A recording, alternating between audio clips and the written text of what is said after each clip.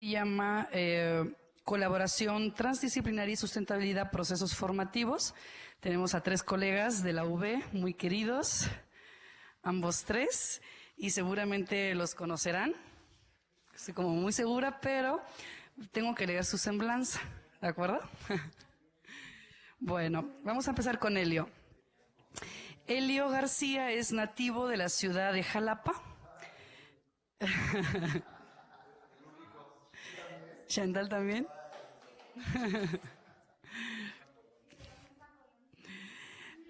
Wow. Bueno, es biólogo, egresado de esta misma universidad, posee una maestría en educación ambiental por la Universidad de Guadalajara y un doctorado en educación ambiental por la Universidad de Santiago de Compostela en España. Forma parte de Sendas, una asociación civil, desde 1999, a cuyo nombre, entre 2005 y 2009, coordinó la estrategia de sensibilización ambiental para la ecorregión Los Tuxtlas.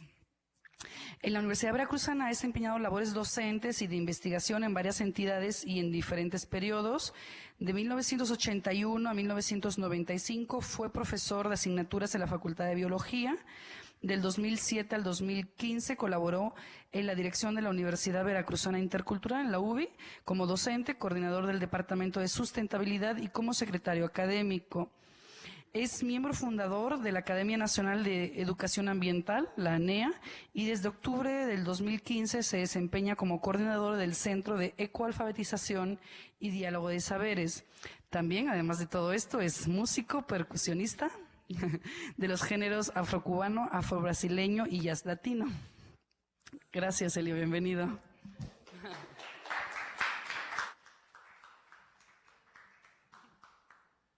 Lo que más nos gustó, la última parte, ¿verdad? Así.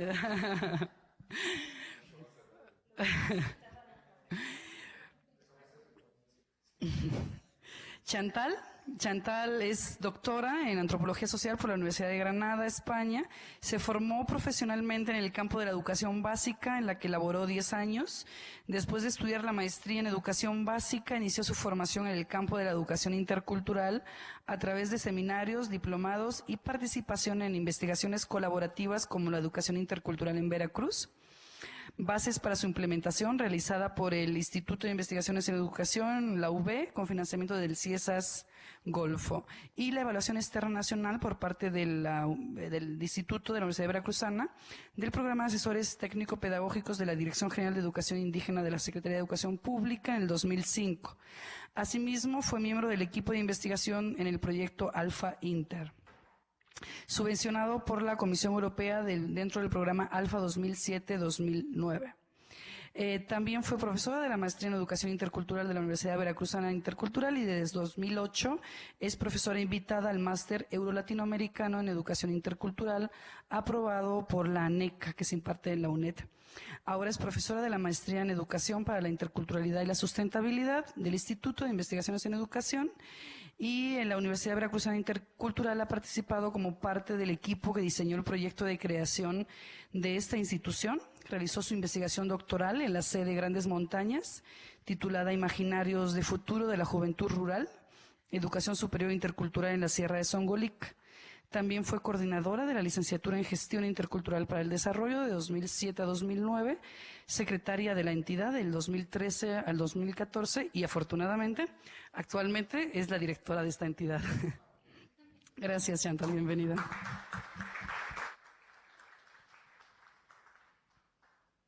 Miguel Ángel Escalona Aguilar estudió biología en la Universidad Nacional Autónoma de México, maestría en fruticultura tropical por la Escuela Nacional de Fruticultura, tiene una maestría también en ciencias por la Universidad de Colima, un máster en agroecología por la Universidad Internacional de Andalucía y un doctorado en agroecología, sociología y desarrollo rural sostenible por la Universidad de Córdoba. Es profesor de la Facultad de Ciencias Agrícolas de la Universidad Veracruzana, profesor del máster en agroecología, un enfoque para la sustentabilidad rural que se imparte en la Universidad Internacional de Andalucía, profesor del curso internacional de experto en soberanía alimentaria y agroecología emergente con otras 4 universidades de Iberoamérica. Trabaja en temas vinculados con canales cortos de comercialización, sistemas participativos de garantía, agricultura urbana y periurbana y procesos de producción y consumo de alimentos agroecológicos. Muchas gracias, Miguel. Bienvenido.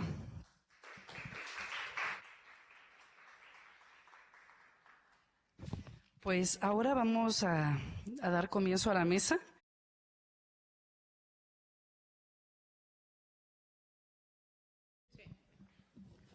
Bien, bueno, buenas tardes a todas y todos. Agradezco mucho aquí a la red, al equipo que me invita a compartir las experiencias de la UBI.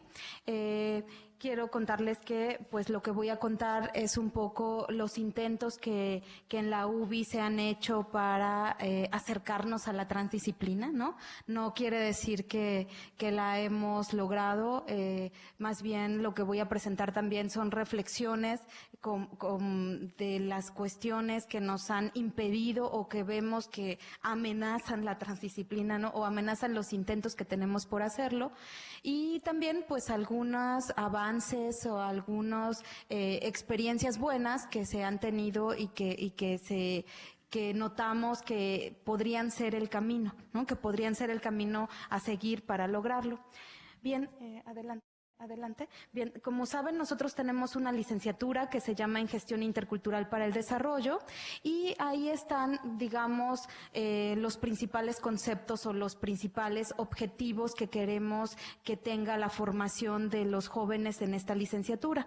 El enfoque educativo intercultural, considerando un desarrollo que sea pertinente y con sustentabilidad, un diálogo de saberes, arraigo a sus comunidades, es decir, que los jóvenes no pasen demasiadas horas en las aulas y desarraigarlos de sus comunidades para que dejen de hacer las actividades que venían haciendo o las que pueden seguir haciendo, sino que permanezcan haciendo actividades ahí en sus comunidades. Otra cuestión es el fortalecimiento de sus propias identidades culturales, el aprendizaje situado, investigación vinculada, competencias de gestión y bueno, las que están abajo son las orientaciones que tiene nuestra licenciatura, ¿no? Las 5 orientaciones que como ustedes las pueden ver, pues eso ya es un principio por lo menos de interdisciplina, está ahí, o multidisciplina, están ahí 5 orientaciones que desde una carrera tienen que trabajarse y eso va a implicar un esfuerzo por ponerlas en relación, ¿no? Sí, adelante. Bien, algunos decían en las preguntas guías algunos conceptos que nos pueden ayudar a pensar en la transdisciplina y desde mi punto de vista les puse ahí el nombre del artículo que piensa que lo trabaja bien, es Entretejiendo comunidades y universidades, desafíos epistemológicos actuales, porque de lo que trata este artículo de Sierra y Fallon es de pensar cuál va a ser la relación entre la universidad y la comunidad, porque lo que la UBI no quería hacer es llegar a ser la universidad la distribuidora de conocimiento, desde donde saliera el conocimiento para las comunidades, sino un lugar de construcción de conocimiento. Entonces, bueno, pues Aida Sierra ahí nos pone como los paradigmas y creo que no tendríamos que digamos, casarnos con un paradigma, sino analizar lo que hacemos con estos paradigmas y tener muy claro lo que no queremos hacer, por lo menos lo que no queremos hacer que está en estos paradigmas. Hay algunas cosas del industrial, digamos, y postindustrial que tal vez no vamos a poder evitar, ¿no? Como la certificación, los créditos, etcétera, una serie de cosas que están ahí que no vamos a poder evitar, pero que tenemos que reconocerlo y que analizar pues cuáles son, digamos, sus implicaciones en la formación de nuestros estudiantes. Sí, adelante. Otro de los conceptos principales me parece que es el aprendizaje situado. O sea, el aprendizaje situado tiene que ver con, por un lado, empezar a pensar que en el proceso educativo tiene que ser muy pertinente, ¿no? Y para que sea pertinente, pues el profesor tiene que volverse un conocedor del contexto en el que está trabajando, ¿no? Tiene que volverse un conocedor y así como es conocedor de los contenidos, volverse un conocedor del contexto institucional, del contexto de las familias de los estudiantes y del contexto global. tiene que ser una persona enterada de los problemas globales, contemporáneos, y a la vez de los problemas locales que se están presentando y a la vez de los problemas individuales de sus estudiantes. Y con todo esto, pues poder diseñar oportunidades de aprendizaje. Más que actividades de enseñanza y aprendizaje, desde mi punto de vista, son oportunidades de aprendizaje tanto para los estudiantes como para él mismo. Entonces, ese también es verse como, el profesor verse en un proceso de aprendizaje situado, ¿no? No en el que va a facilitarlo solamente, sino verse como que él va a estar ahí también aprendiendo. Y eso es, pues, ser muy creativo, y ser un traductor, un poco de esto voy a hablar en el próximo seminario de traducción, ¿no? O sea, ser un traductor entre toda esta información para poder generar oportunidades de aprendizaje.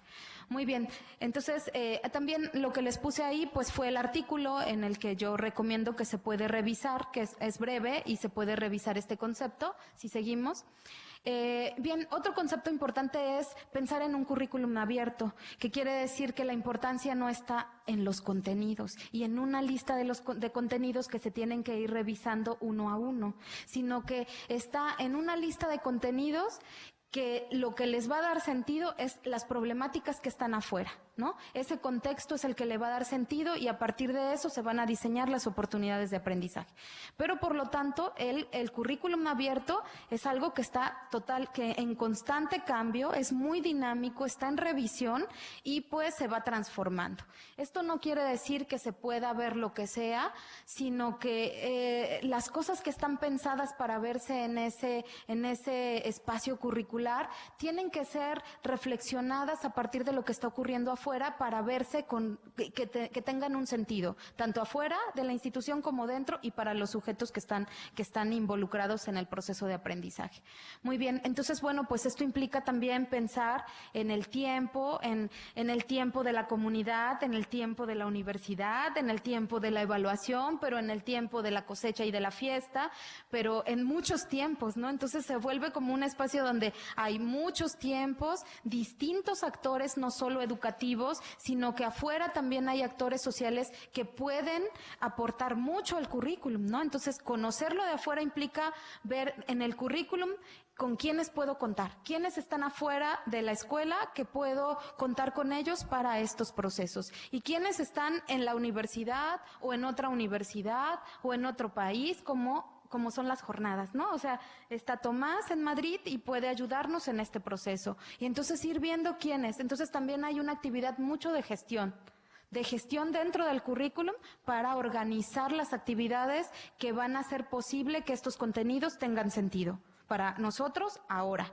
En otro año, pues somos otros, en otro momento, y seguramente tendrán una articulación distinta, ¿no? Entonces, cada vez, pues, es como el propio currículum, un espacio de aprendizaje ya. Bien, seguimos. Aquí les quiero poner que si nosotros tratamos en la UBI de acercarnos a la transdisciplinariedad es principalmente a partir de unas experiencias educativas, de unas materias que le hemos llamado nódulos. Y esos nódulos son materias de muchas horas, tienen 20 horas. Y en ellas se pensaron como, en principio se pensaron como una materia articuladora de muchos contenidos, porque al ser una carrera con 5 orientaciones, tendíamos a tener muchos contenidos de cada orientación que podía ser casi una licenciatura, y eso implicaría muchísimas materias. Al tratar de decir, no, es solo una licenciatura, pero ¿qué hacemos con todo esto? ¿Cómo lo metemos? No puede quedar fuera. Se hicieron estos nódulos donde están esos contenidos, donde tienen muchas horas, pero donde cuando pensamos cómo llevarlos a la práctica dijimos, estos son espacios un poco para verlos más desde el currículum abierto y para que no sean trabajados por solo un profesor, tienen 20 horas, pueden trabajar 3 o 4 profesores, pero también puede haber conferencias dentro de estos nódulos, puede haber talleres de los sabios comunitarios o de gente de las comunidades, puede haber trabajo de campo en estos nódulos, etcétera. Entonces era como una experiencia educativa que iba a ser muy rica, llena de de muchas actividades distintas. Si ustedes ven aquí, no sé, se ve tal vez muy pequeño, pero de un lado está la disciplinariedad y camina, hay un trayecto hacia cómo vamos hacia la transdisciplinariedad, y entonces va viendo ahí cómo los contenidos disciplinares pues se tienen que ir relacionando. Y abajo, en la parte de abajo, habla de ejes temáticos. Entonces, lo que necesitábamos trabajar en los nódulos, más que contenidos, eran ejes temáticos y no contenidos para poder hacer estas articulaciones. Y luego abajo dice nódulos conceptuales, es decir que en esos lo que iba a ver era algunos conceptos que se pudieran articular a estos ejes y a estos fenómenos o problemas que estaban ocurriendo en las comunidades y que permitieran a los estudiantes y a los docentes reflexionar sobre esos problemas, ¿no? Y expresarlos, hacer análisis, comunicarlos y también hacer cosas, ¿no? También, porque recuerden, la gestión es el punto central de nuestra carrera, entonces no solo es analizar los problemas, sino también pensar qué hacemos con todos los demás. ¿Seguimos? Bien, entonces estos problemas eran como problemas eje, estos son los problemas como principales, y cuando yo reviso los documentos recepcionales, prácticamente todos los documentos recepcionales pues tienen que ver con este tipo de problemas. Estos son los ejes principales de los nódulos, y cuando los chicos van a trabajo de campo siempre traen como este tipo de problemáticas. Entonces, ¿seguimos? Que serían como los ejes temáticos. Bien, acompañando estos nódulos, hay un eje, una tira de materias horizontales que empiezan desde el primer semestre hasta el octavo, que les llamamos el eje de métodos y prácticas de investigación vinculada, y que Gerardo tiene mucho que ver en cómo se construyó ese eje. Y ese eje es el que permite, junto con los nódulos, articular el trabajo de los jóvenes. En estas experiencias, que como ustedes ven, son muy metodológicas de qué van a hacer los jóvenes, pues desde primer semestre están yendo a campo por lo menos 3 semanas en cada semestre, están analizando lo que está ocurriendo fuera, están viéndolo con otros ojos, están haciendo entrevistas, están haciendo guías de observación, etcétera, y van planteando distintos productos conforme van avanzando en la carrera, desde diagnóstico comunitario, de un diagnóstico regional, ya un plan más participativo de una intervención, etcétera, hasta que se convierte finalmente en su documento recepcional, ¿no? Entonces este camino es el que nos articula a los problemas que les presenté en la diapositiva anterior, porque a través de estas experiencias es como van a trabajo de campo, dialogan, hay diálogo de saberes, regresan, reflexionan, vuelven a ir a campo, etcétera, ¿no? Esto es lo que lo permite. Adelante. Entonces ahí está lo de los nódulos. Los nódulos pues son de 20 horas, ya les comenté, tratan de articular esos contenidos a los problemas de la comunidad, y ahí están los 4 nódulos que tenemos. Generalmente empiezan de tercer semestre, cuarto, quinto, sexto y séptimo semestre, ¿no? Algunas sedes, las sedes son autónomas en su organización, algunas sedes las ponen en los últimos 4, a veces un poquito antes, depende de las decisiones que toman las academias. Bueno, les quiero comentar un poco sobre el nódulo epistemológico. Pues ahí los muchachos salen, observan y se dan cuenta que pues los problemas pueden ser estudiados desde distintos puntos de vista, ¿no? Entonces ese nódulo sí tiene más carga áulica, se revisan como los paradigmas, desde dónde pueden ser estudiados, cuando van a las comunidades, cómo los han analizado las personas, desde qué puntos de vista, desde qué enfoques, identificar los distintos enfoques desde los que son reflexionados por la comunidad y también por artículos de expertos o de académicos, ¿no? Después pasan al nódulo de formación heurística, donde ahí, digamos, el foco está en qué ha hecho la gente para resolver estos problemas en mi comunidad y también fuera de ella. ¿Qué es lo que ha hecho? ¿Cuáles son las metodologías usadas? ¿Qué instrumentos usa? ¿Qué es lo que tiene que hacer la gente o ha hecho para resolverlo? Y, digamos, pues, analizar qué ha pasado con esto, si son soluciones o si han logrado algunas cosas o no. El otro, entonces, tiene que ver más con estar fuera, del aula, con hacer muchas preguntas, con analizar cómo lo han resuelto y analizar cómo esas metodologías que han seguido la gente para resolver las cosas, ¿no? Desde cómo tiene luz esta comunidad, pues tuvimos que cerrar la carretera y se hizo un movimiento, etcétera, para pedirlo y analizar, bueno, pues así han logrado eso, ¿no?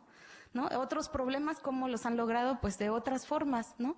Y cada problema de la comunidad o cada momento importante en la historia de la comunidad, pues se ve cómo fue resuelto, desde qué modelos. Y entonces se empiezan a analizar como las metodologías y las posibilidades de resolución de los problemas. Bien, la formación instrumental pues tiene que ver con darles mayores instrumentos a ellos para que también ellos ya piensen en, digamos, qué quieren hacer, ¿no? En qué intervención pueden hacer con el grupo con el que trabajan, con los colectivos que trabajan, qué pueden proponer, qué harían, ¿no? Entonces ahí es dar como más instrumentos y tienen ya que empezar a trabajar mucho con sus colectivos. Entonces, si ustedes ven, va más de trabajo en aula poco a poco, a más trabajo fuera, de manera distinta, y también de invitar mucho actores, ¿no? De invitar a talleres, a que den conferencias, etcétera, porque tienen que estar ya en contacto con ellos para construir una propuesta conjunta, y no solo desde la escuela, desde la UBI,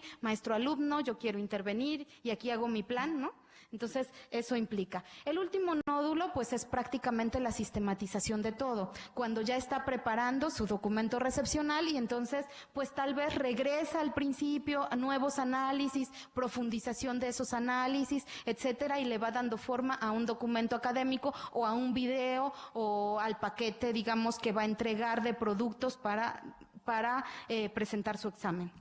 Bien, adelante. Bien, entonces aquí el programa de nódulo, aquí lo que les digo es que hay como distintos tipos de función que tiene que jugar el maestro, ¿no? Porque si ustedes se dan cuenta, pues son muchas actividades y a veces lo que hemos observado es que en las actividades de campo hay un cambio de roles porque a veces el joven es el que habla la lengua, conoce la comunidad, conoce a los actores, entonces el que está enseñando son ellos, más que los profes. A los profes les cuesta, a los profes en ese momento tienen que tomar otro rol. Ellos son los aprendices, ¿no? Entonces los muchachos están como más activos en ese momento. Entonces, identifico que a veces el profesor es un mediador en cuanto a la selección de contenidos, o sea, cómo selecciona los contenidos para relacionarlos con los problemas, cuando planeas, cuando ves cuáles podrían ser los universos temáticos, estás como mediando entre los problemas de afuera, tus contenidos y lo que puedes hacer. Otro, hay actividades en aula como de docencia tradicional, digamos, que eso también lo hacen.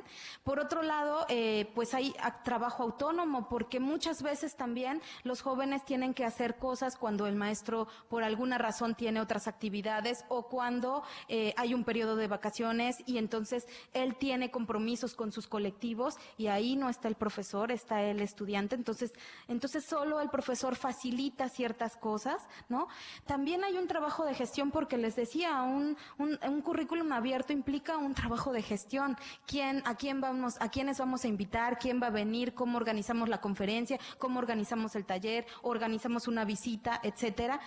También de asesoría, porque cuando los jóvenes ya tienen su proyecto, los profesores ya empiezan más bien a asesorar el proceso y ya no tanto a dar clases, sino simplemente a apoyarlo en la construcción de ese documento. Bien, y ahí está la última, pues también evalúan y eso implica pues hacer seguimiento, dar información, tener un diálogo con los estudiantes, comprender por qué se atrasaron, por qué no pudieron hacer lo planeado y también un plan de mejora para hacerlo, ¿no? Entonces son como las actividades. Adelante.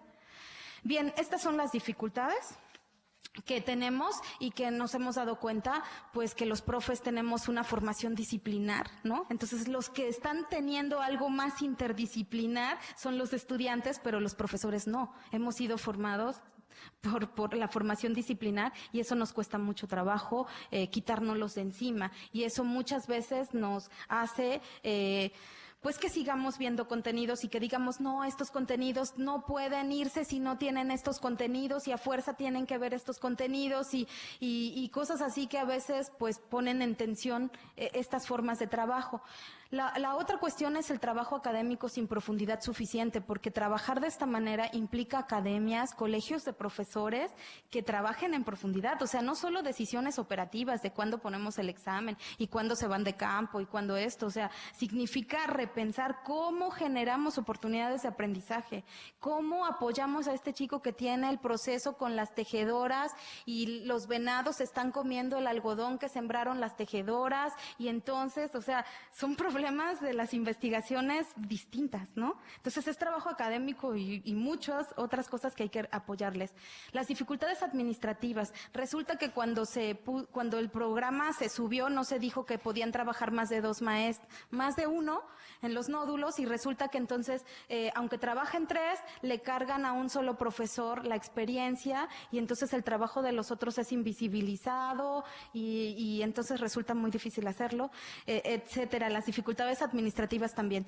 La suficiente flexibilidad organizativa. Las sedes tienen que tener una organización para tener clases, conferencias, talleres, salidas a campo, que van a jornadas, que van a congresos, que vienen, que van a visitar comunidades, etcétera, o iniciativas que están en otros lados y eso implica mucha organización y si no se puede caer como en activities y finalmente no se siguen los procesos. Otra, pues, es la capacidad para desaprender, ¿no? Que necesitamos mucho desaprender las cosas que hemos hecho de una manera para intentar hacerlas de otro y que la incertidumbre y controlar la incertidumbre que nos genera, ¿no? Porque a veces es una incertidumbre de siento que todos mis estudiantes están en cosas distintas y no sé si están aprendiendo, y ahora cómo evalúo, o sea, sí pasan muchas cosas que sientes que pierdes el control pero que hay que tener esa capacidad.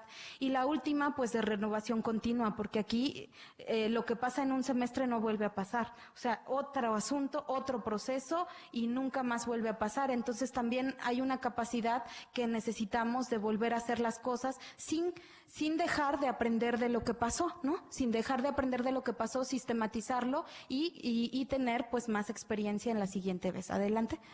Bien, pues eso quería contarles, más o menos así, ese es el avance que hemos tenido y esas son las dificultades que seguimos enfrentando. Gracias.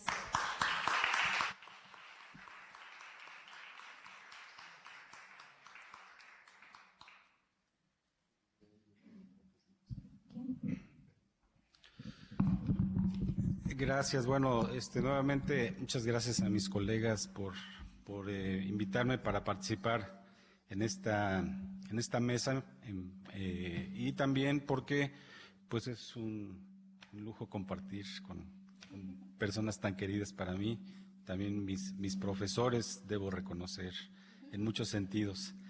Hay otros más aquí en la sala que, bueno, y esto me sirve para reivindicar digamos, el estilo con el que voy a hacer mi presentación ahora, que es desde un punto de vista muy personal, también porque, pues, creo mucho en un principio de la educación popular latinoamericana, que dice que en algunos momentos nos toca jugar la función de docentes o de maestros y en otras nos toca asumir el papel de aprendices.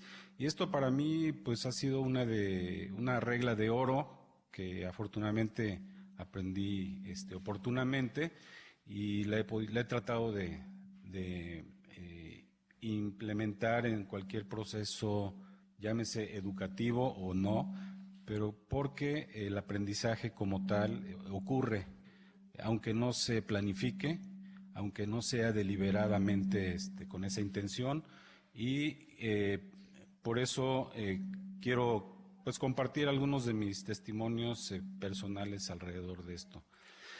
Comenzaría también, voy a referirme básicamente como a 3 experiencias que me han formado mucho en el proceso, digamos, como educador, porque también no voy a dejar de reivindicar que sí me considero un educador y que inclusive también reivindico que a los educadores nos toca pues conducir procesos y en ciertos momentos hay que proponerlo como tal, hay que ser deliberado y hay que decir, bueno, este es un proceso educativo y puede estar sujeto a la discusión si se vale que alguien conduzca o no, pero a mí me parece que es algo que ya resolví hace mucho tiempo. Yo también pensaba en ciertos momentos que no había necesidad de definir quién sería el profesor y quién tenía que enseñar y quién tenía que aprender, pero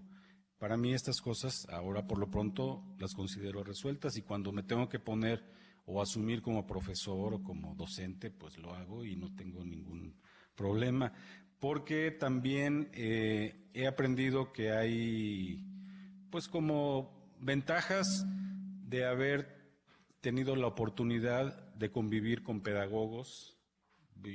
Yo hice mis posgrados en programas educativos, particularmente sobre el tema de educación ambiental, y aprendí lo que no había aprendido antes, a pesar de que ya había sido profesor en la Facultad de Biología por muchos años.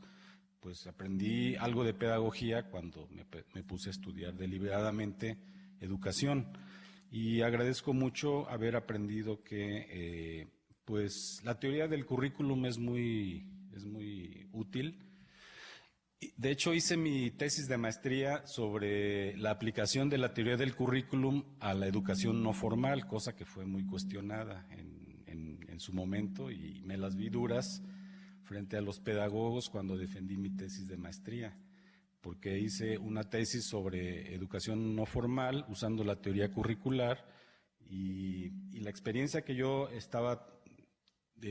sobre la que hice mi tesis fue el análisis de la red de promotores campesinos de la Sierra de Santa Marta, en el sur de Veracruz.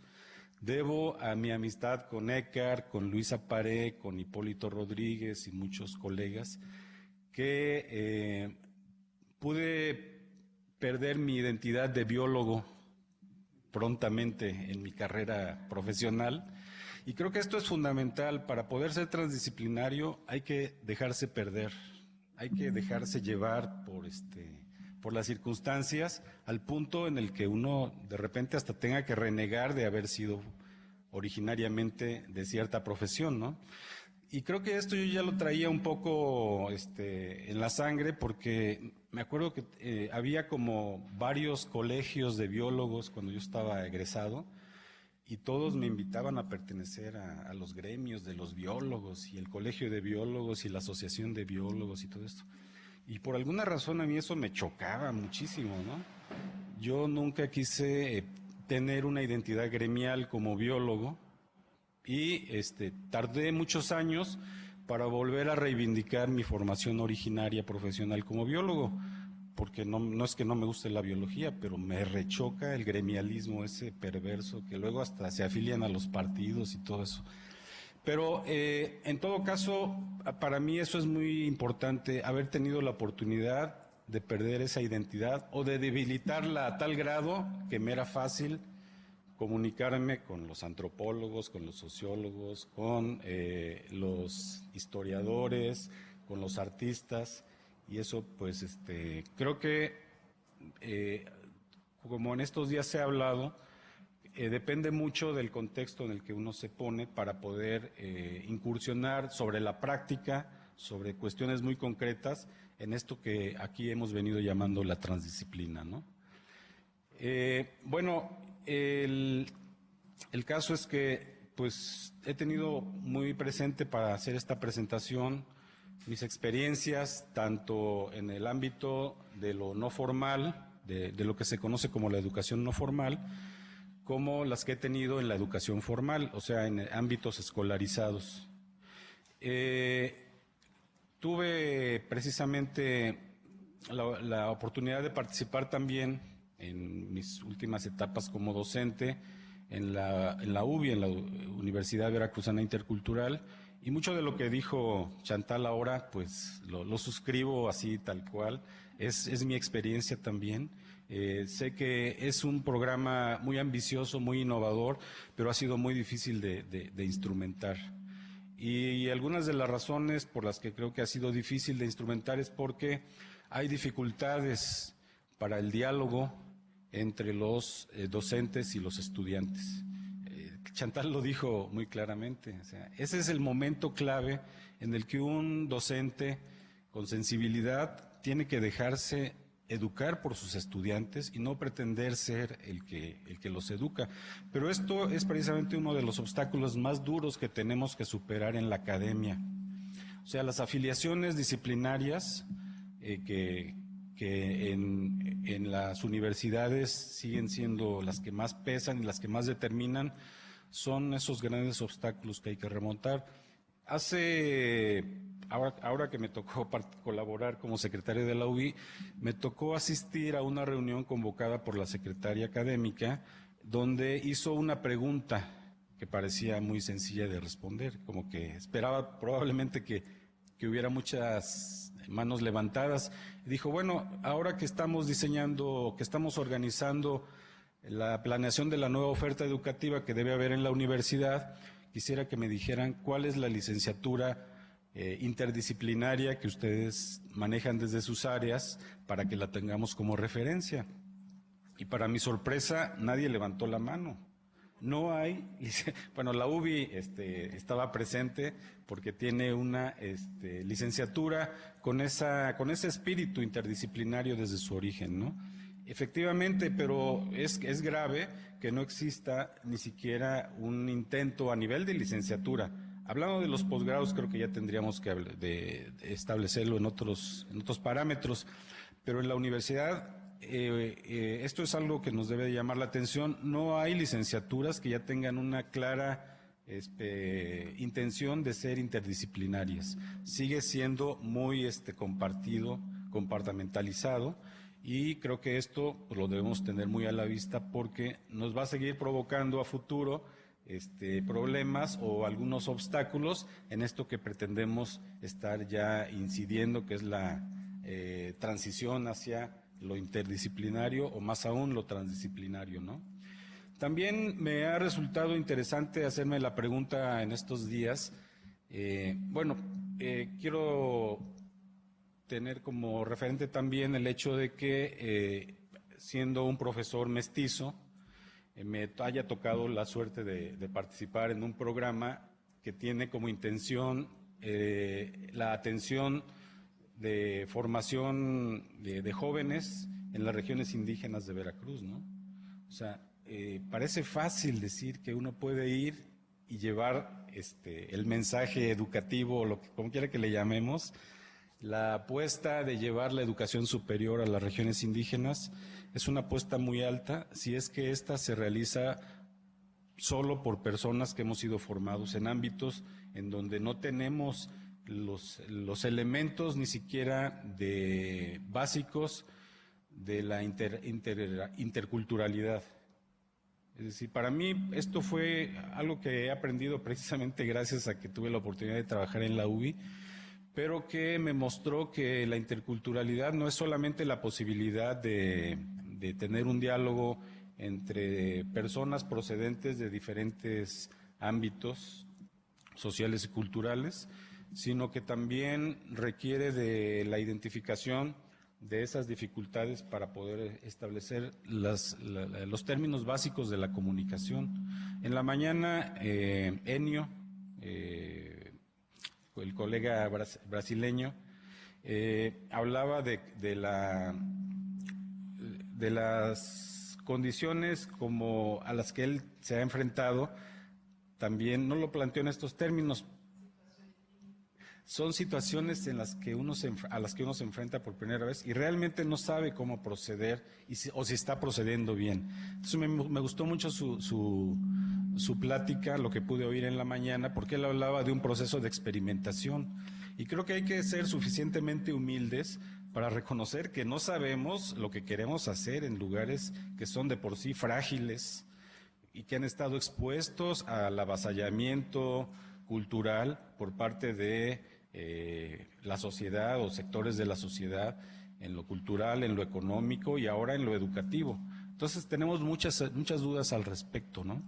Y también damos por hecho que no hay como modelos educativos en esas comunidades, en esos espacios. Y recuerdo muy bien que los zapatistas, por ejemplo, hablan de estar en el proceso de recuperación de la educación verdadera, ¿no? Y ahora tienen su escuelita zapatista, ¿no? En donde invitan a la gente pues no a que vayan a clases, sino que convivan con las familias y con las comunidades. Y de ahí que pues uno a veces esperaría que ya con sus experiencias ahorita ya hubieran publicado un libro y que ahí trajera la receta de cómo hacerle para poder abrevar en los modelos educativos que existen en las comunidades indígenas. Pero pues no es así, o sea, no es tan sencillo, porque para empezar, en las comunidades indígenas, si uno quisiera persistir en elaborar un discurso de transdisciplinariedad, tendríamos que preguntarnos si para ellos existen las disciplinas. En la mañana dijo Écar, pues es que no hay disciplinas, no hay transdisciplina, hay creación de conocimiento, ¿no? Esto, no sé si lo dijiste así, Écar, pero más o menos. A mí me llegó el mensaje, me llegó el mensaje porque precisamente nos estaba planteando cómo es que nos hacemos una pregunta que tal vez no cabe en esos términos, en estos contextos, pues, y tenemos entonces que ir a reconocer que el conocimiento tradicional no es disciplinario. Me refiero al conocimiento tradicional como los saberes que existen en el seno de una cultura, como en este caso una cultura indígena, una cultura campesina, pero no solo. Yo creo que podemos hablar de culturas también tradicionales en ámbitos urbanos o al menos suburbanos, ¿no? Pero me refiero particularmente en este caso al caso del conocimiento tradicional, que también se llama así, al conocimiento que detentan las culturas originarias de México y sus actuales reivindicadores de las personas que se reivindican como indígenas hoy en día.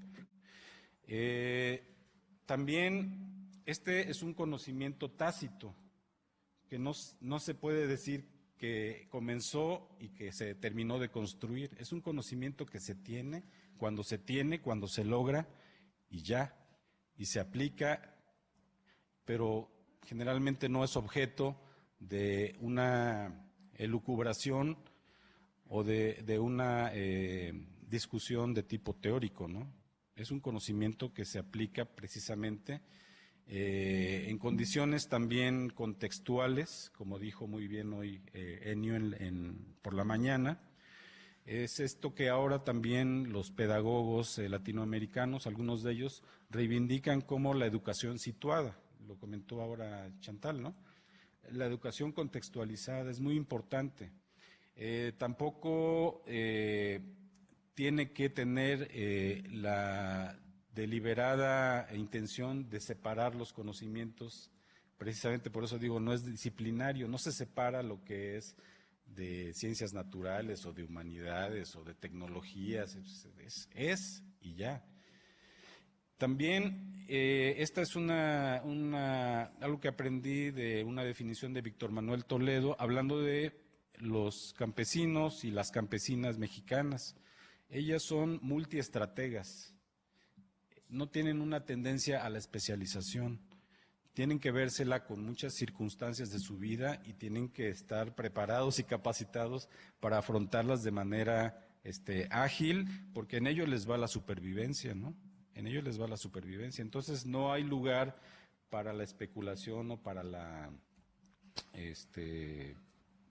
digamos, la divagación filosófica, como generalmente podemos pensar que procedemos en la academia. Y también algo que no es menor y que se reivindica como algo que algunas culturas han resuelto mejor y que otras ya lo perdimos, es la tendencia a superar la dicotomía, la división, la separación entre lo que es de la humanidad y lo que es de la naturaleza, ¿no? Hay una unidad y esta unidad es lo que permite expresar, ayer lo mencionó en su ponencia Cristina Núñez, cuando hablaba de el planteamiento de Basarab Nicolescu, que llegaba al punto en el que el tercero excluido, y que en ciertos momentos es el tercero oculto, que es la posibilidad de darle una dimensión integral al conocimiento a través de lo místico, de lo espiritual, ¿no?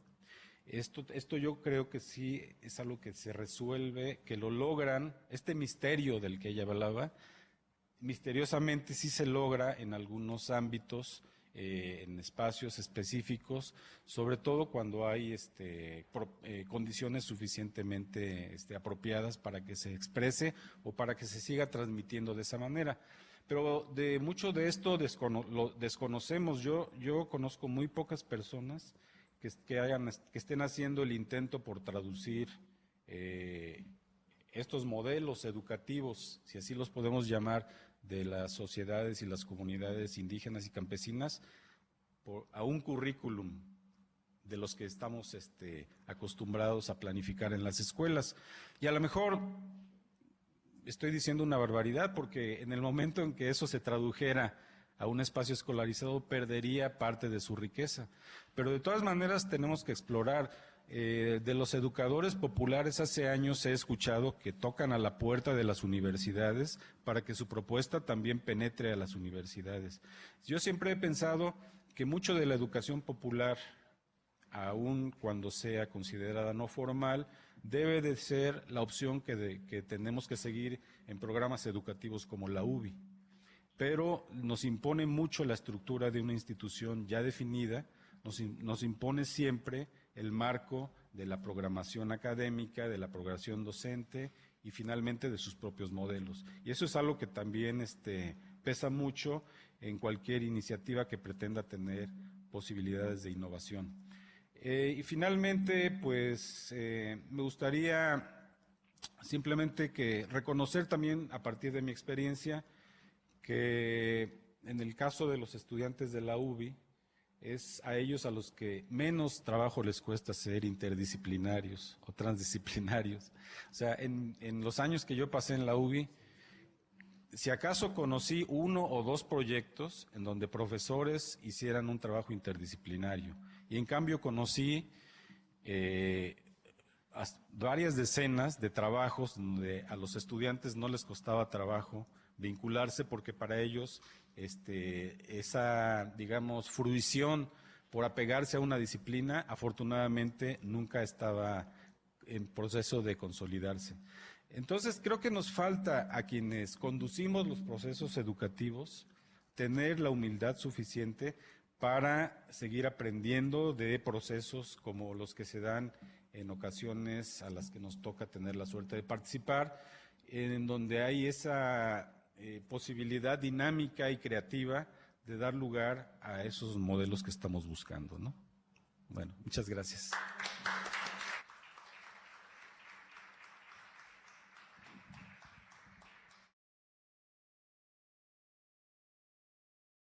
Buenas tardes a todas y a todos. Pues igualmente agradecer a las organizadoras, las personas, decimos, para que ellos no se vayan a sentir.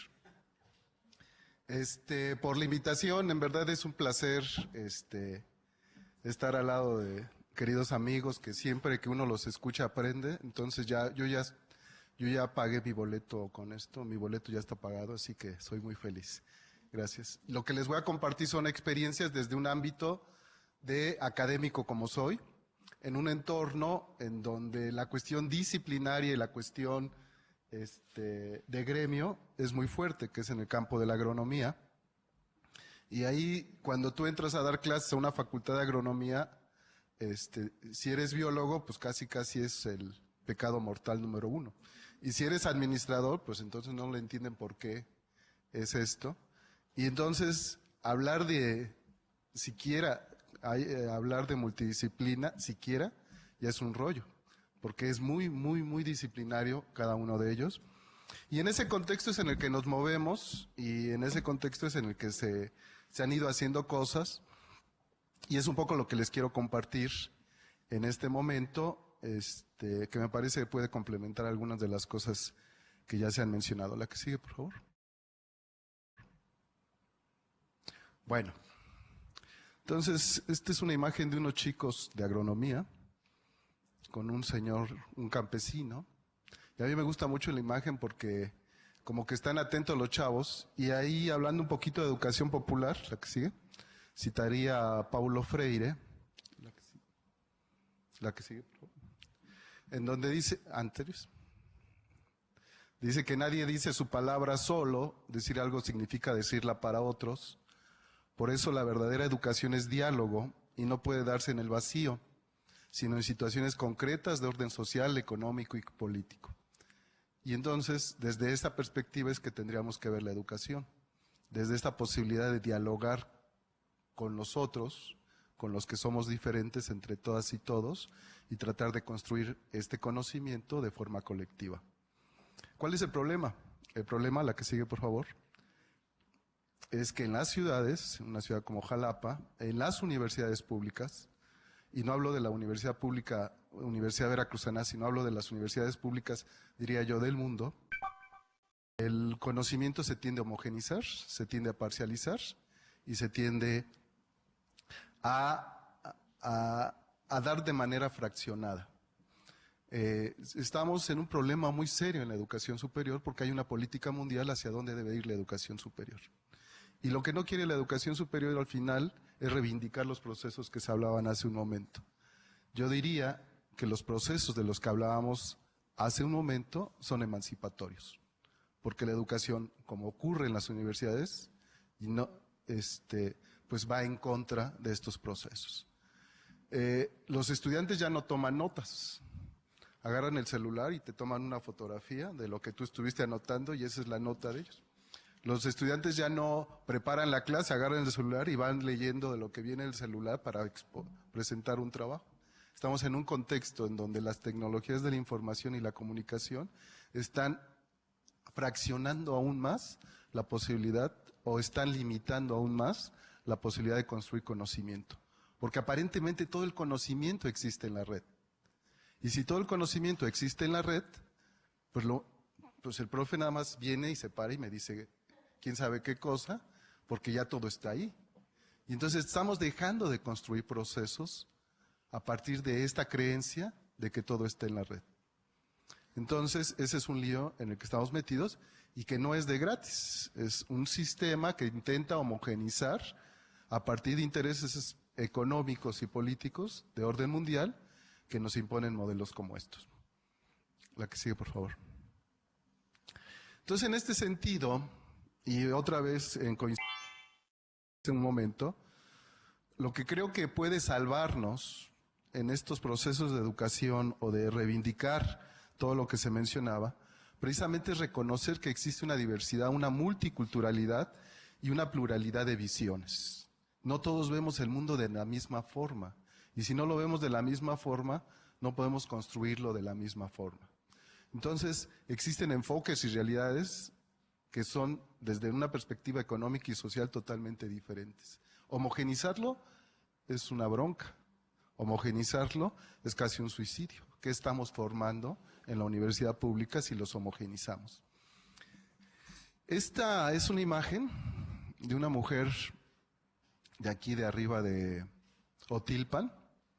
Écar, y siempre que oímos la grabación, la voy a pasar la grabación. Y un poco, si yo les pregunto qué es una semilla, pues generalmente, si yo le preguntara a un ingeniero agrónomo qué es una semilla, diría, una semilla es algo que puedo vender para cultivar plantas. Si yo le dijera a una persona de la red de agricultura urbana qué es una semilla, diría, es algo que puedo compartir, es un bien común. Y a ella le preguntamos, a Virginia, qué es una semilla.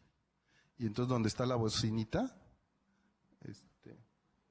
está la grabación. Y quiero que escuchen el concepto de semilla, porque eso habla de cómo no podemos ver la semilla solo desde la perspectiva biológica. Tiene...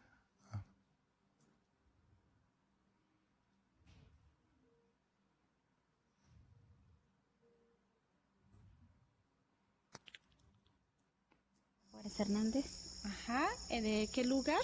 Pues soy de aquí de Otilpa, municipio de Tlanelhuayocan. Ok. Oye, Alejandra, ¿en tu casa siguen sembrando maíz? ¿De qué tipo? Pues criollo, pero ya no es para consumo, más bien es para pues como resguardar la semilla para que no se pierda, porque pues aquí la gente ya no lo siembra para el consumo, sino que ya más bien casi como para resguardarlo. Ok, ¿por qué consideras que es importante resguardarla? Porque sí podemos conseguir maíz, pero ya del que se vende así en la ciudad, que ya está. ¿Cuál es la diferencia del maíz criollo con el de la ciudad? De que el de la ciudad es más caro, pero solo te sirve una vez. O sea, se siembra y ya se cosecha, pero ya no se puede guardar, porque ya se echa a perder más rápido, como que el corazón de la semilla ya está, ¿cómo le podemos decir? Ya no sirve. O sea, ya como que viene como si ya no tuviera corazón. Y el de aquí sí, porque está como vivo, o sea, lo puede uno volver a sembrar, o sea, sigue, como la matriz de una mujer, o sea, sigue produciendo, y ese ya no, porque da y muere, y volver a comprarlo otra vez. Muy bien, entonces el otro maíz está hecho como para usarlo una vez. Ajá. Y no poder conservar la semilla. No, ya no. Perfecto. Bueno, voy a...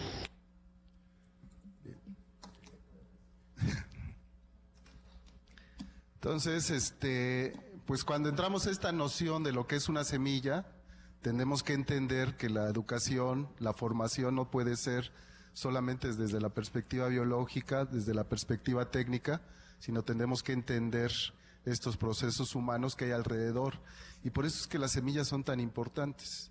Y por eso es que habría que reivindicar los bienes comunes como bienes importantes. Porque cada que le damos valor a las semillas, las estamos deshumanizando. Y es un bien común.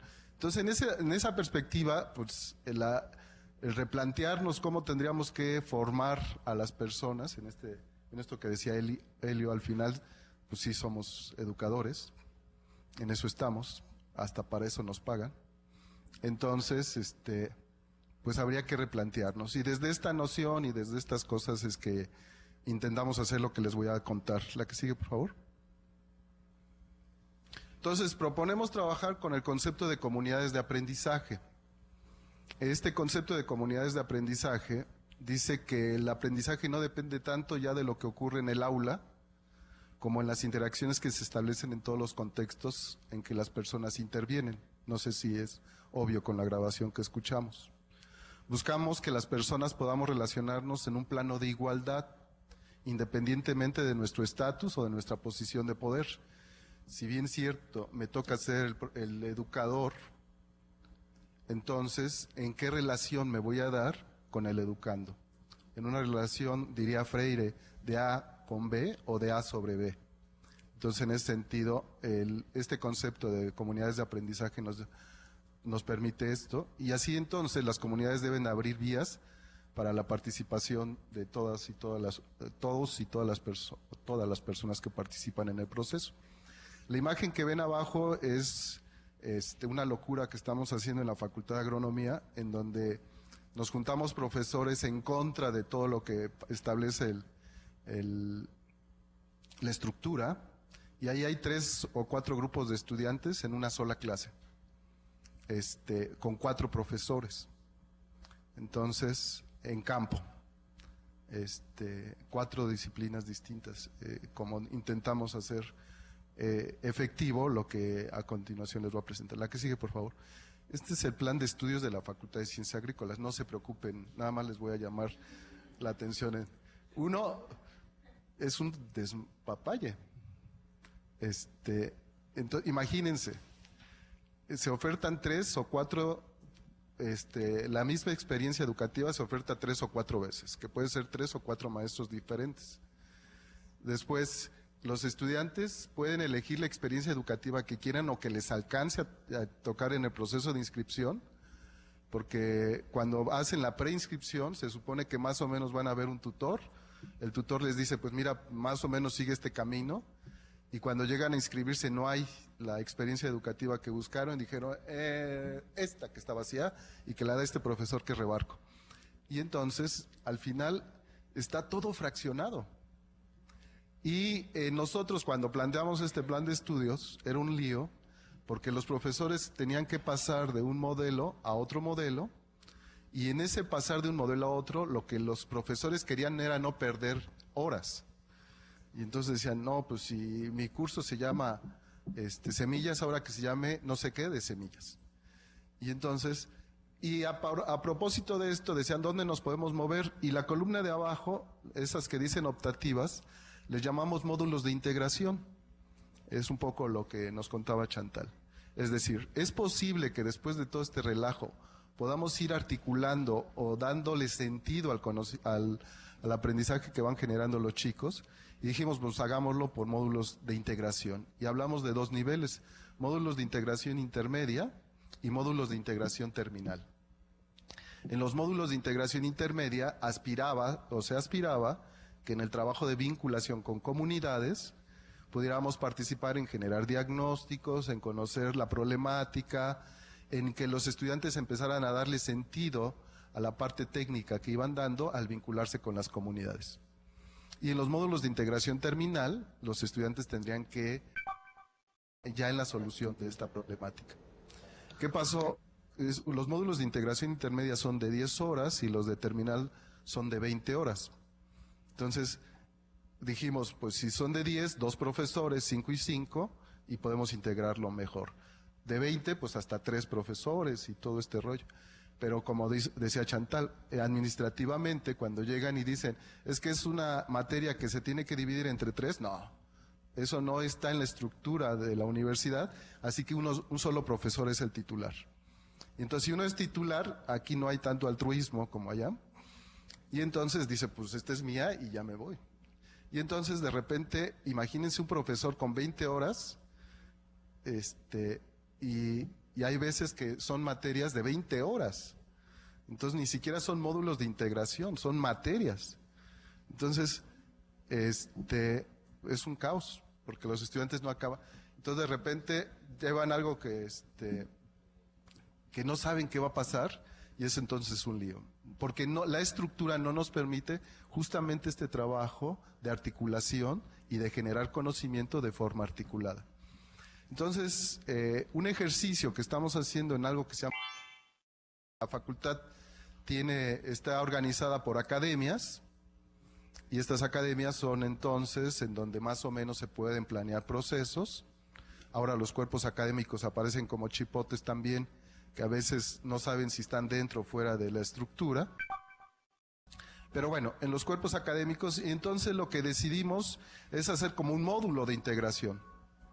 Si ya existe más o menos la propuesta de que podemos integrar el conocimiento, pues hagamos un módulo de integración.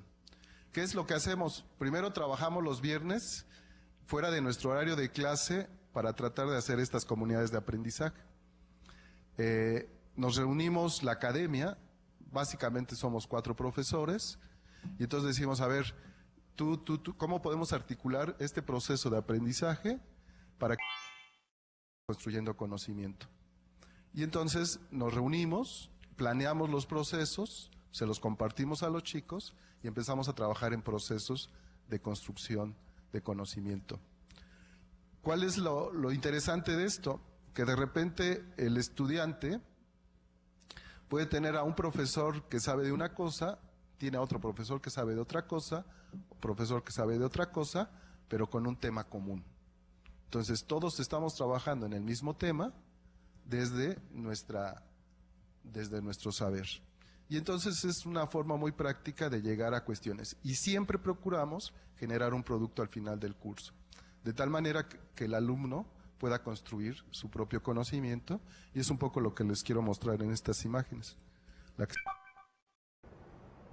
Entonces, los que están al fondo, los de la maestra de rosa para la derecha de ustedes, somos los profes y los demás son los estudiantes. Estamos en el Parque Natura, es un área natural protegida, es un espacio que nos permite cierta movilidad y salir cotidianamente a campo, porque dadas las crisis financieras que tenemos, pues es difícil salir a lugares más lejanos. Entonces, este es un espacio que nos permite bastante trabajar. Y ahí siempre hay trabajo y podemos construir la que sigue. Y ese es el proceso completo del aprendizaje. En este caso, por ejemplo, había un residuo de árboles de Navidad. La gente no sabe qué hacer con él. Bueno, la Secretaría de Medio Ambiente decía que hace composta, pero ahí lo dejan. Y nosotros empezamos a hacer prácticas con los chicos y terminamos poniendo una huerta. Entonces cerramos un ciclo completo y los estudiantes participan sin importar el semestre, sin importar la experiencia educativa, sin importar, trascendemos un poco de esta cuestión disciplinaria y entonces podemos ir construyendo el conocimiento. Al final los chicos tienen que hacer una exposición de qué es lo que les dejó esta experiencia colectiva. Entonces, ese es como pues, casi un paliativo frente a un modelo, 5 minutos y me falta un montón. Entonces, un ID de conferencia seguido del símbolo de la almohadilla. Tan bonito que parecía todo, ¿verdad? La que sigue, por favor. Entonces, en este sentido, nosotros decimos, y aquí uso una referencia de Orellana, en donde podemos decir que la idea es crear comunidades de aprendizaje. Al final lo que queremos es articularnos bajo proyectos concretos y comunes y generar este coaprendizaje. Pero ¿cuál sería el siguiente nivel después de esto? Porque si nos quedamos aquí, casi queda como una anécdota. ¿La que sigue? Entonces dice Orellana que después se puede generar una comunidad educativa. Y esta comunidad educativa es a partir de que he creado esta comunidad de aprendizaje para ampliar la generación de conocimiento de forma coparticipativa. Y si puedo crear estas comunidades educativas, la que sigue, podrían llegar a lo que ella propone, una sociedad educativa. Entonces, toda la sociedad puede participar de forma activa en estos procesos. Y un poco es a lo que le estamos apostando. Me voy muy rápido. La que sigue, por favor. Entonces, nuestra propuesta es trabajar en el medio rural, periurbano y urbano, quiere decir donde se muevan y como se pueda. Tenemos 4 ejes de acción, uno es operativo, otro es la formación, investigación y divulgación, y a partir de ello estamos trabajando. ¿Cómo creamos esta comunidad de aprendizaje? Pues lo que ya les había dicho, la que sigue, es la formación teórica, la convivencia en la cotidianidad, que eso es bien importante porque al final todos podemos enseñarnos a todos, y todos podemos aprender de todos. Y la práctica productiva es otro elemento importante. En esta parte de la formación teórica tenemos cursos de formación, investigación, acción participativa como un eje de investigación sobre el cual trabajamos. Desarrollo tecnológico, suena a veces así como desarrollo tecnológico, pero es tecnología de Huarache. Y hacemos muchas cosas que aparentemente facilitan el que la gente se anime a hacer cosas. Y edición de manuales, guías y documentales nos parece importante. Y la práctica productiva tiene mucho que ver con autoconsumo y mercados locales. Y no voy a ver aquí a nuestra moderadora para que no diga. Entonces, la idea es formar actores con responsabilidad social, decimos promotores, y aquí seguramente pues ya tenemos varios promotores porque hay gente que está de la red de agricultura urbana, entonces ellos podrían contar la historia que sigue. La que sigue, por favor. Y entonces estamos creando una comunidad educativa. Si nosotros nos articulamos en redes y hacemos trabajo comunitario en estos ámbitos, entonces lo que estamos tratando de construir, la que sigue, por favor, es esta sociedad educativa. En ese contexto es en el que estamos trabajando. La que sigue, por favor. Bueno, estos son los elementos que trabajamos. Hablamos de núcleos para compartir experiencias, porque no todos podemos reunirnos, y entonces los núcleos sí se pueden reunir. Hay un núcleo que se llama Cedeño, y ese núcleo se reúne seguido. Hablamos de espacios productivos de aprendizaje, los espacios donde se produce son espacios de aprendizaje, y ahí estamos trabajando en todas estas cosas. La que sigue, por favor. Entonces, la idea es ir creando comunidades de aprendizaje. Por ejemplo, aquí en la universidad, cuando empezamos este proyecto, dimos muchos talleres para que los chicos y las chicas que estaban interesados y buscando estas circunstancias se pudieran animar a ser promotores de estos procesos. De este proceso han nacido muchos chicos que están haciendo proyectos interesantes en torno a huertas comunitarias, huertas escolares, mercados locales, economía social y solidaria, en fin. No es que hayamos sido los detonantes, sino simplemente visibilizamos algo que era posible hacer. ¿La que sigue? Estamos trabajando en comunidades en el ámbito periurbano, otra vez a partir de todos podemos enseñarnos o todos podemos aprendernos. ¿La que sigue? Y en el medio rural también. Entonces, donde se pueda, la idea es ir creando estos procesos de aprendizaje, de comunidades de aprendizaje. La que sigue, por favor. Y pues entonces el chiste es hablar, ¿no? Es dialogar. Y este diálogo de saberes es importante. Por ejemplo, impulsamos nosotros el año pasado la Feria de la Milpa. Y la Feria de la Milpa fue un éxito en el sentido de que pudimos darle voz a los campesinos. Y entonces cuando se les dio voz a los hombres y las mujeres del maíz, no porque sean sino porque son el maíz. Fue muy interesante.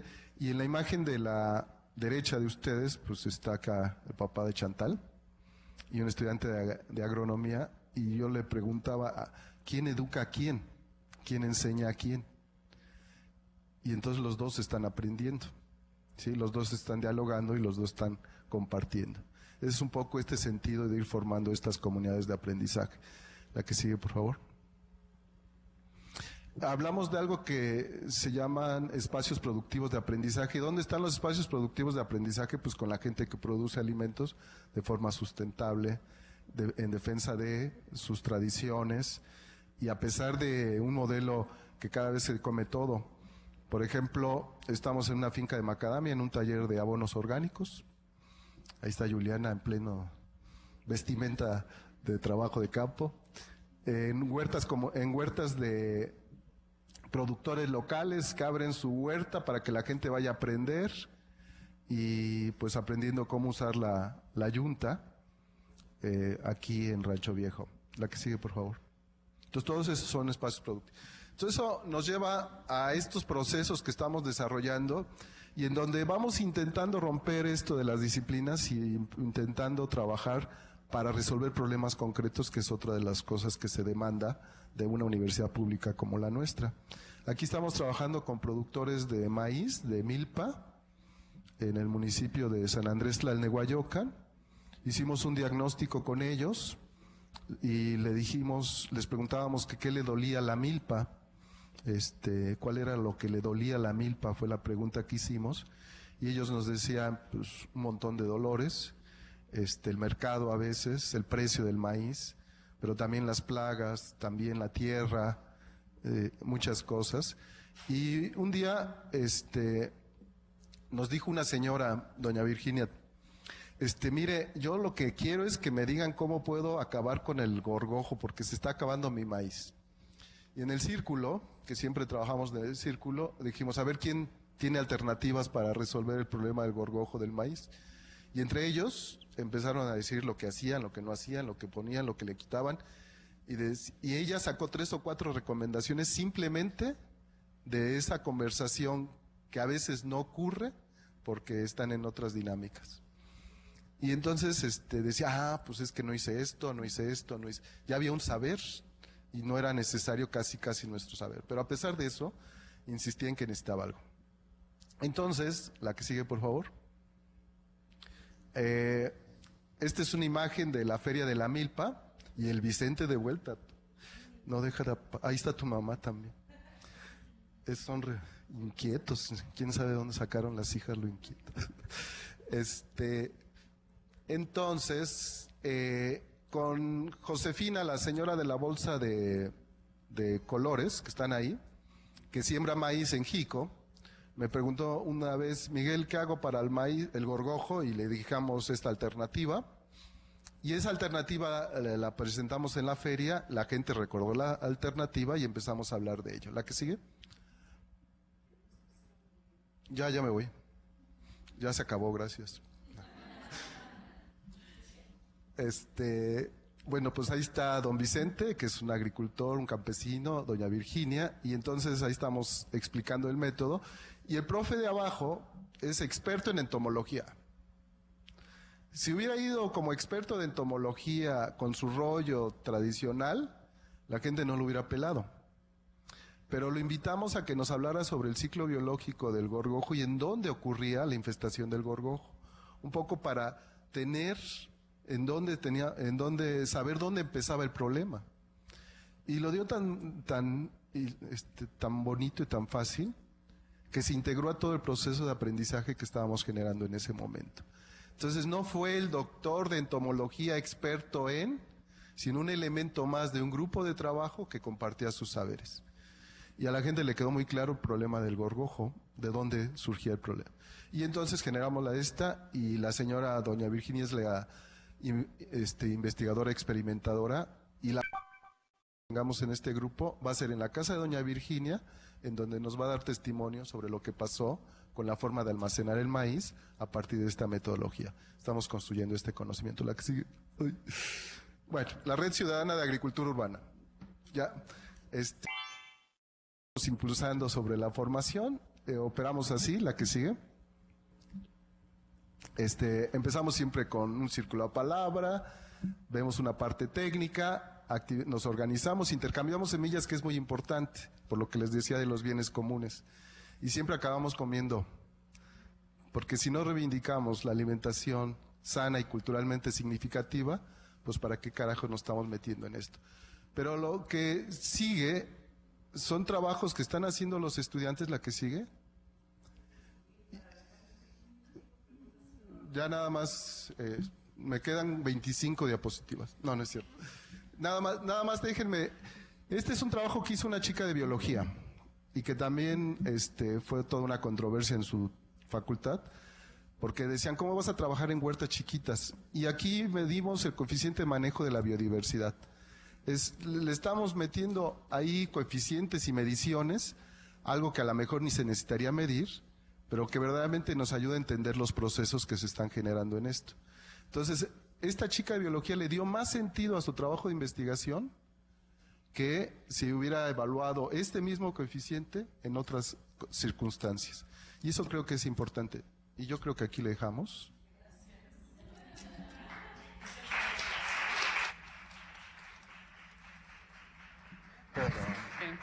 Gracias. Sí, pues una disculpa, pero así es el tiempo disciplinario, ¿no? Esos son los límites que la propia institución de la que formamos parte nos pone, y el tiempo creo que es uno de los espacios que está más disciplinario, ¿no? Pues muchas gracias, porque son todas experiencias que han venido de su propia voz y además han sido muy críticos y cuestionadores, y creo que querer plantear cuestiones colaborativas transdisciplinarias para la sustentabilidad, pues parte de compartir las problemáticas, porque creo que hay más problemas, ¿no? Que logros y hallazgos, que también los hay, pero creo que compartir los problemas es un proceso, ¿no? Para ir caminando. Tenemos muy poquito tiempo para las preguntas por la mesa, por eso te cortábamos, porque queríamos dar paso a las preguntas. Ahí tenemos una pregunta, aquí tenemos otra. ¿Paso este micro o cómo lo estamos haciendo? ¿Sí? Disculpa, ¿no? Por el tiempo. Bueno, buenas tardes. Primero agradecer por la exposición muy clara por parte de los tres. Iba teniendo una pregunta muy grande que a lo largo de la plática me fueron respondiendo esta pregunta y he podido acortarla más. Y sin embargo sigue resonando algo. Hay una herramienta que es como retrospectiva histórica. Si no me equivoco, la retomo de Marcuse, y nos plantea esta retrospectiva histórica para dejar de documentar y más bien empezar a proyectar a futuro soluciones, ¿no?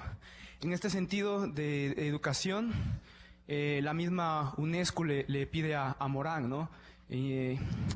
Hacer un libro sobre educación, ¿no? Preocupado con este tema.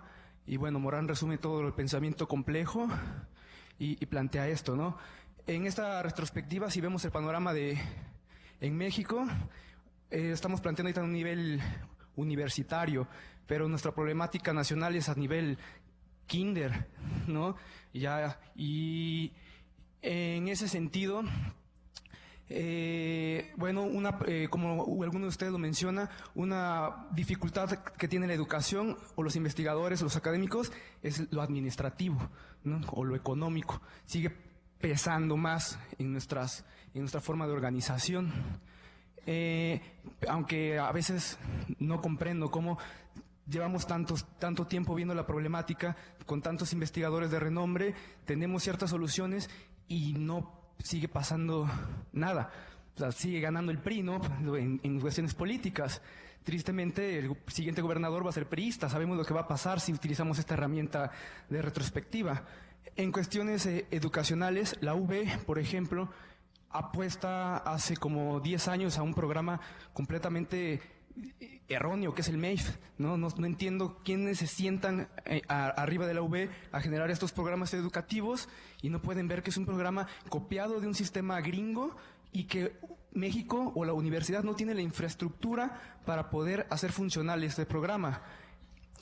Pero tenemos al menos ahorita 3 investigadores al frente con una propuesta muy interesante que están llevando a cabo desde sus espacios, porque parece ser que todas estas propuestas tenemos que generarlas nosotros y estarnos peleando y estarlas llevando allí en nuestras micro burbujas y desde ahí empujar hacia afuera y jalar más gente. Tenemos otros investigadores como Juliana o otros que vienen de otros países y nos muestran la misma dinámica, las mismas soluciones. En la tarde, en la mañana la videoconferencia con el investigador brasileño nos planteaba también estas cuestiones, ¿no? Una educación, bueno, él lo planteaba más a cuestiones de trabajo comunitario, pero se apega muy bien al sistema educativo. Una educación que deje de ser dogmática y que deje de ser certera. Los principios de la transdisciplina, ¿no? Y seguía planteando las mismas problemáticas. Para ser concreto, en estos momentos puedo entender todo, me puedo responder todo esto, pero quisiera saber, en cuestiones V,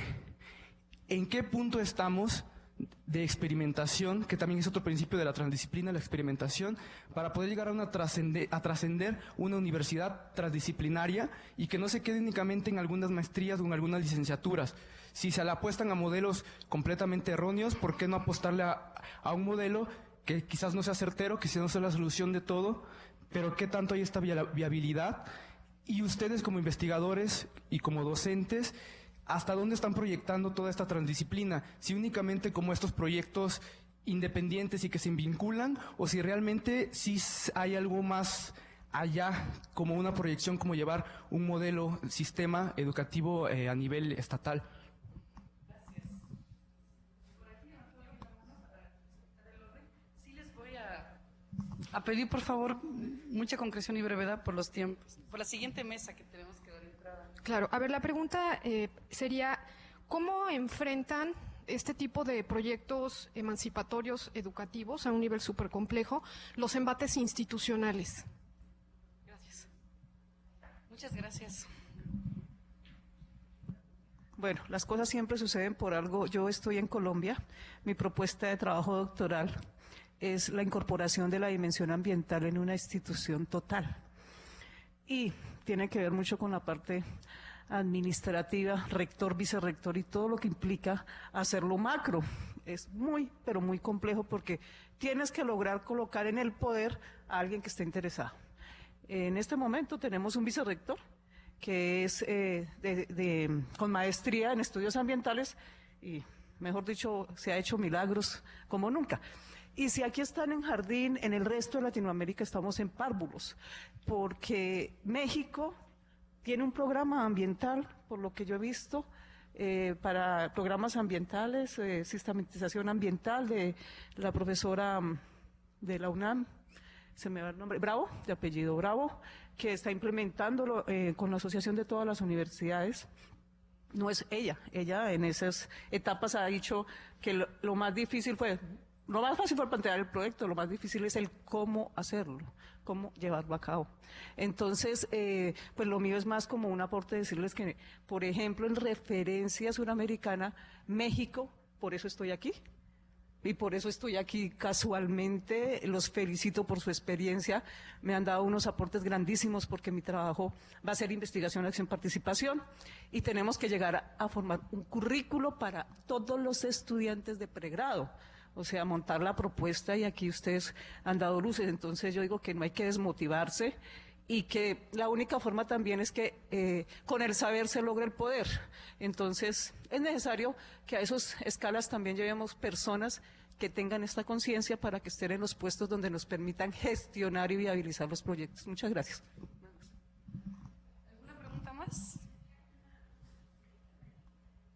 Una por internet. ¿La leen? Bueno, aquí Pedro Lobato Cruz pregunta que cuál es el reto que tiene la educación transdisciplinaria, abierta o desde lo popular, frente a los procesos de la educación por competencias que tienen a controlar o esclavizar al sujeto al sistema operante donde se busca la inmediatez y no la reflexión. Tienen un minuto para responder a esas facilísimas preguntas, que es todos los límites institucionales para este tipo de propuestas. Sí. Sí, bueno, encuentro que hay relación entre las diferentes preguntas, ¿no?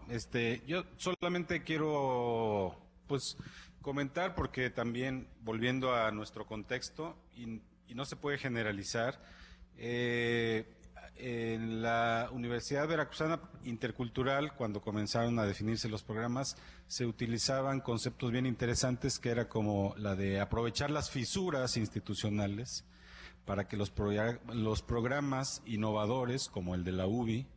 El Centro Ecodiálogo también es un centro de innovación que surgió también en una coyuntura interesante, bajo un rectorado que abrió caminos para la innovación, y creo que lo más interesante es que ha continuado, o sea, no cambió la administración, sino que ha seguido por lo menos hasta ahora, y creo que hay que demostrar que eso valió la pena, pero hay que también resolver muchas cuestiones que nos siguen preocupando. O sea, estamos enfrentados cotidianamente contra el modelo académico administrativo de la universidad. La universidad, a su vez, sigue parámetros de la Subsecretaría de Educación Superior. La Subsecretaría de Educación Superior sigue modelos del Banco Mundial, etcétera, etcétera. Entonces, realmente creo que en este momento simplemente hay que dar testimonio de que hay otras maneras de hacerlo, y pues tratar de generar aliados estratégicos dentro de nuestras propias instituciones para que esto pueda rendir frutos más rápido. Bueno, muy rápido, pues quiero decirles que pues sí se necesita voluntad política, y aunque se vea en la UB como toda una estructura que no se mueve, sinceramente cuando estaba por mi función, estoy con la rectora, con la secretaria académica, creo que tienen clarísimo y quisieran avanzar a esto, ellas también, o sea, en el grupo Transversa se discute muchísimo esto, justo es el punto, o sea, hacer que los temas transversales entren en todas las áreas. Nos reunimos con unos, hemos venido trabajando y tenemos reuniones con los vicerrectores, con los grupos, estamos haciendo un plan de trabajo, o sea, si hay una voluntad política, pero las autoridades solas pues se enfrentan a toda esta presión también que la institución tiene, y que no se pueden cambiar las cosas pues por el sindicato, porque también estamos en CIES y tenemos que medirnos con tales indicadores, y esos indicadores hacen que te llegue dinero federal, etcétera. O sea, como en una rama tremenda. Creo que estamos en un momento bueno en el sentido de que si hay interés y hay muchos grupos trabajándolo. Creo que uno de los retos es que nos estemos vinculando. La UBI, cuando presentó su carrera, pues como era interdisciplinaria, tuvo que presentarla en un consejo interáreas porque no hay un área interdisciplinaria, y al final resolvieron que la licenciatura pertenecería al área económico-administrativas. Por la palabra gestión, ¿no? Por la palabra gestión, y hemos estado en esa área, porque no podemos ir a biológico, porque tenemos lenguas, y no podemos ir a humanidades, porque tal. Y hemos reflexionado que no es tan malo, porque eso nos ha permitido ahora trabajar con unos, con otros, y hoy, o sea, estamos en medio, hoy termina también nuestro evento con la Facultad de Idiomas, y tuvimos una con la Facultad de Letras, y trabajamos la licenciatura en Derecho con los de Derecho, y creo que eso es mejor. Es decir, creo que sí hay en la universidad mucha gente con estos intereses y que visualiza esto, y tenemos ahora la responsabilidad de trabajar con otros, siempre con otros, y buscar más aliados en todas estas disciplinas, y creo que eso sería muy bueno, ¿no? Y creo que esto de las competencias, para responder un poco al del Internet, depende del concepto de competencia. O sea, cuando tú mueves tantito en competencia y te das cuenta que competencia es una práctica social, pues empiezas a decir, bueno, las competencias contextualizadas no tendría por qué ser el opuesto a lo otro, ¿no? O sea, son competencias, no competencias en sí mismas, sino competencias en un determinado contexto para trabajar con determinada gente. Creo que no nos debería de parar. Creo que pensarnos como no el de competencias y nosotros no, más bien como entrar a reflexionar que dentro de las competencias hay prácticas sociales y nosotros pensamos que el aprendizaje pues es una práctica social. Entonces creo que no valdría la pena como compararnos o más bien analizar los puntos en común que se podrían hacer, ¿no?